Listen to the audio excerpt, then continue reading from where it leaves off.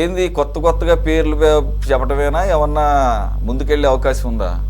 ఇంకేముంది, తాడేపల్లి తడుపు తడుతుంది, లేకపోతే ఇంకేముంది, అసలు బేట్ల వార్తని అంటమే తప్ప ఆయన చుట్టం చూపుగా వస్తున్నారు, ఇక్కడ 3 రోజులు ఉంటున్నారు, వెళ్ళిపోతున్నారు, బెంగళూరులో 4 రోజులు ఉంటున్నారు, వస్తున్నారు, ఇదైతే రెగ్యులర్ కనపడుతుంది తప్ప ఈ సిట్ కానీ లేకపోతే మిగిలిన స్కాములు కానీ మొక్కుబడిగా అప్పుడొక అప్డేటే తప్ప ఇది యాక్చువల్గా కీలకమైనటువంటి అంశం.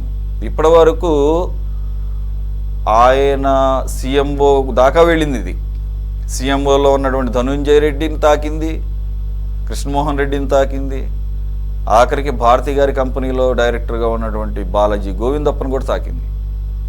మరి ఇప్పుడు ఏకంగా జగన్మోహన్ రెడ్డి గారికి పిఏగా వ్యవహరించినటువంటి ఈ నాగేశ్వర్ రెడ్డి అన్న వ్యక్తి మరి చాలా చిన్న కుటుంబం అట, కడప జిల్లాలోనే ఎక్కడో టిఫిన్ బండి అంట. మరి టిఫిన్ బండి స్థాయి వ్యక్తి, ఓకే రైట్, మంచిదే, ఎవరినైనా కానీ పెట్టుకోవచ్చు పిఏగా పెట్టుకుంటే.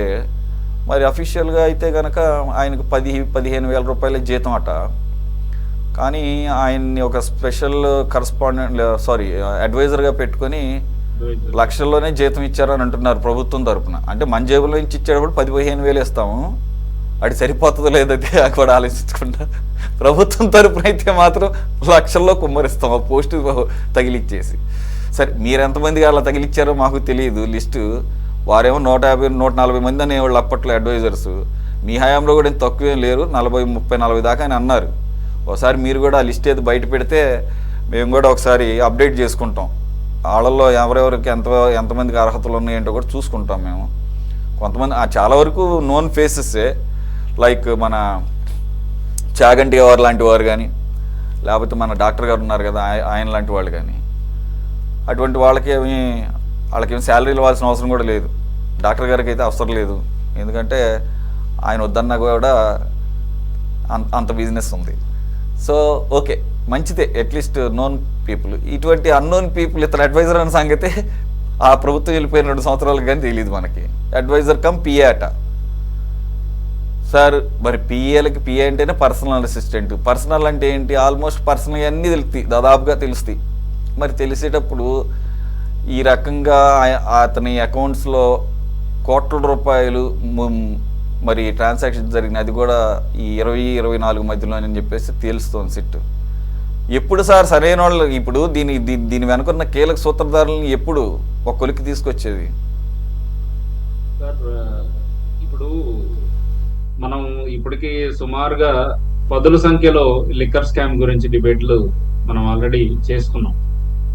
ఎక్కడా కూడా తొవ్వే కొద్ది ఇప్పుడు కోర్టు వారికి మనకి కావాల్సింది ఏంటి అని అంటే ప్రాపర్ గా సాక్ష్యాధారాలు వాళ్ళ ముందు మనం ప్రొడ్యూస్.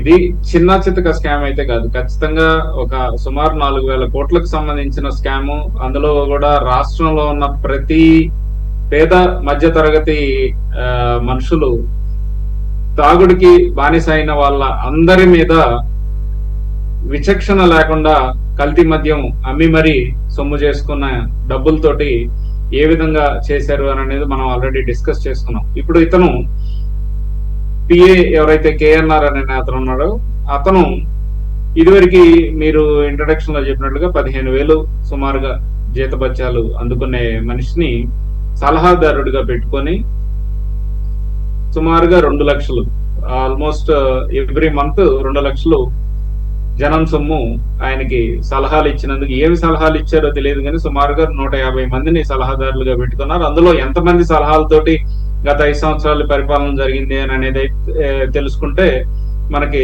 శూన్యం అని చెప్పుకోవచ్చు. ఎక్కడా కూడా ఎవరు సలహాలు కూడా ఆయన వినరు అనే ఒక వినికిడి మనందరికీ ఉంది. ఇకపోతే మీరు ఎంతమంది సలహాదారులు పెట్టుకుంటున్నారు అని మీరు ఒక మాట అన్నారు, దానికి వివరణ ఇవ్వాలి కాబట్టి నేను చెప్తున్నాను.